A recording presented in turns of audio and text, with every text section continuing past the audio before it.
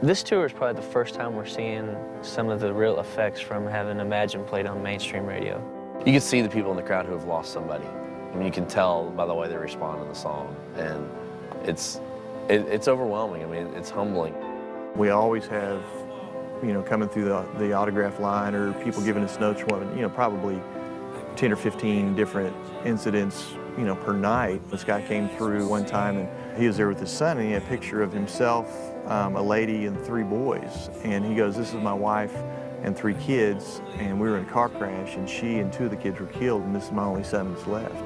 And they tell you some stories like that, and it's pretty heart-wrenching, but at the same time you can see the comfort that they've got from the song.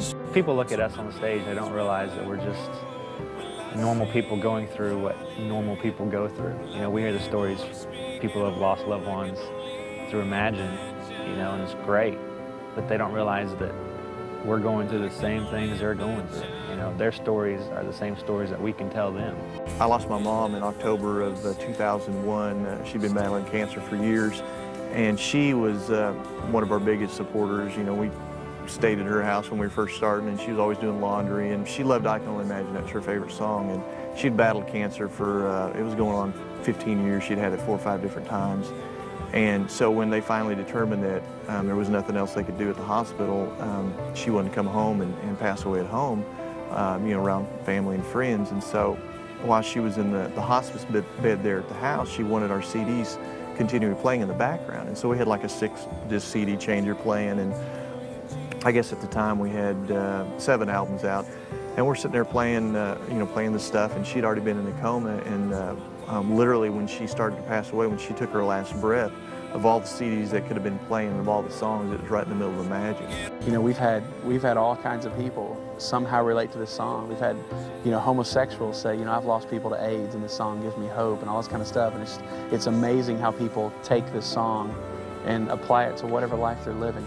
Even if the person has never heard us or really knows who we are, if they listen to the radio, they know what Imagine is. And some of them just come for that one song. And you can tell they're kind of into it the whole night, but when we play that song and really get it going, then they just light up and everybody stands up, and people really are worshiping at that point. And I just read an email this morning about a lady who had lost her daughter just kind of randomly. She fainted while they were over at a friend's house and went into a coma and never woke up. And she walked away from everything. She walked away from her faith, and after hearing Imagine, of all things, it just really drew her back to God. And I don't know this lady. She never met any of us, so it's very obvious that it's nothing that we really did, to be a part of her life. But God used something Bart went through to touch this lady and to bring her back home.